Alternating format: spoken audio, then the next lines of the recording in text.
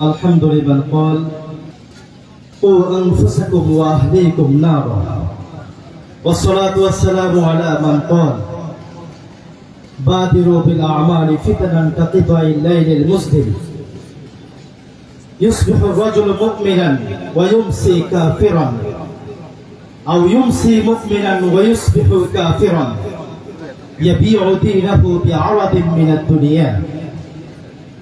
মহান রব্বুল আলামিনের দরবারে অজস্র গণিত শুকরিয়া যে মহান আল্লাহ আমাদেরকে আজকে সাউথুল কোরআন ইনস্টিটিউট কর্তৃক আয়োজিত এই বর্ণাঢ্য আয়োজনে সন্দ্বীপের শহর তল্লা গ্রামগঞ্জ থেকে কোরআন পিপাসু কিছু কোরআন প্রেমিকই আজকের এই বর্ণাঢ্য মোবারক জলসায় আসার সুযোগ করেছেন।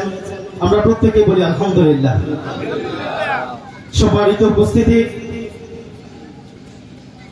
মহান রব্বুল আলামিন এই জাতিকে সৃষ্টি করেছেন এক আল্লাহর দাসত্ব করার জন্য, এক আল্লাহর বندگی করার জন্য। রাসূল করিম সাল্লাল্লাহু আলাইহি ওয়াসাল্লামের এক সাহাবী ছিলেন রবিঈ বিন আমির রাদিয়াল্লাহু তাআলা আনহু। তাকে পাঠানো হয়েছিল পারস্যের সৈন্যদের সাথে যুদ্ধ করার জন্য। পারস্যের সেনাপতি রুস্তমকে তিনি সামনে রেখে তাকে যখন অজস্র প্রলোভন দেওয়া হয়েছিল, আল্লাহর নবীর এক তরুণ সাহাবী সেদিন যে কথাটুকুন বলেছিলেন, আমরা যারা আজকের এই সমাবেশে উৎসুক জনতা, এই ভিড়ে আমরা যারা উপস্থিত, আমরা যেন হৃদয়ঙ্গম করি। আল্লাহর নবীর সেই সাহাবাকে যখন অর্থের, নারীর, ক্ষমতার প্রলোভনে যখন প্রলুব্ধ করার চেষ্টা করা হয়েছিল, আল্লাহর নবীর সাহাবী সেদিন বলেছিলেন, ইয়া রুস্তম, হে পারস্যের সেনাপতি রুস্তম, শোনো, নাহনু জিনা লিনুখরিজাল ইবাদা মিন ইবাদাতিল ইবাদি ইলা ইবাদাতি রাব্বিল ইবাদ। হে অগ্নি পূজক রুস্তম, শোনো, আমরা এই ভূপৃষ্ঠে এসেছি মানুষকে বান্দার দাসত্ব থেকে বের করে এক আল্লাহর দাসত্বের দিকে নিয়ে যাওয়ার জন্য। পৃথিবীর কোন অর্থ, পৃথিবীর কোন নারীর লোভ, পৃথিবীর কোন সম্পদের লিপ্সা, পৃথিবীর কোন ক্ষমতার আগ্রহ আমাদেরকে আমাদের উদ্দেশ্য থেকে পিছপা হটাতে পারবে না।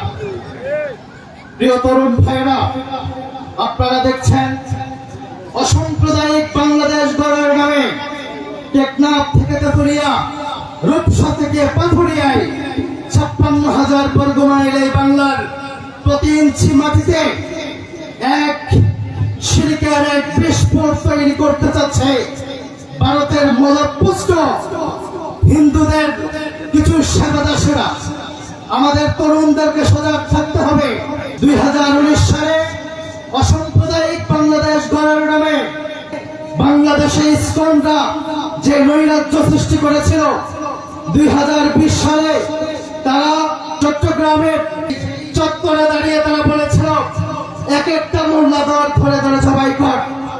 আমাদের তরুণদের কান খুলে শুনে রাখতে হবে, এই ভূখণ্ডে আমরা এসেছি মানুষকে বান্দার দাসত্ব থেকে, ভারতের দাসত্ব থেকে, মোদির দাসত্ব থেকে, ট্রাম্প বন্দের দাসত্ব থেকে বের করে এক আল্লাহর বান্দাতে রূপান্তর করার জন্য।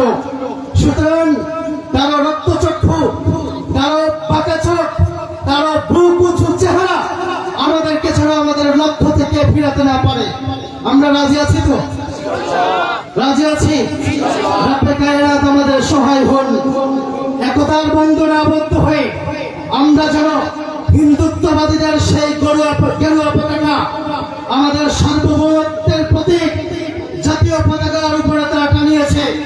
স্বর্ণদাসকে ভারতের সীমান্ত রক্ষীরা যখন নির্মমভাবে মেরেছে, এই ভূখণ্ড থেকে তারা আবার ভারতের প্রতি আহ্বান জানিয়েছে বাংলাদেশকে দখল করার জন্য। ভারতের উগ্রবাদীদের কাছে তারা ধর্ণা ধরেছে বাংলাদেশের সীমান্ত পাঠানোর জন্য। আমরা একথা দায়িত্বহীন ভাষায় বলছি, ইসলামের শিক্ষা হচ্ছে ভ্রাতৃত্ববোধের শিক্ষা। আমাদের হিন্দু ভাইদের প্রতি আমাদের হৃদয়ে ভ্রাতৃত্ববোধ আছে। তবে ইসকন নামক কোন উগ্র সন্ত্রাসী যদি আমাদের ভ্রাতৃত্বে চিনিমিনি খেলতে চায়, আমাদের স্মরণ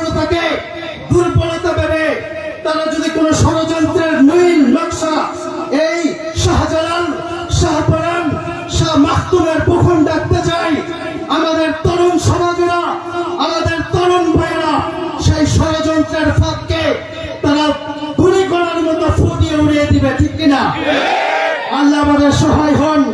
আল্লাহ আমাদেরকে ভূখণ্ডে ইসলামকে জাগ্রত রাখার জন্য একজন অগ্রজ সৈনিক হিসাবে আল্লাহ আমাদেরকে কবুল করুন। আমিন। আসসালামু আলাইকুম ওয়া রাহমাতুল্লাহি ওয়া বারাকাতুহু।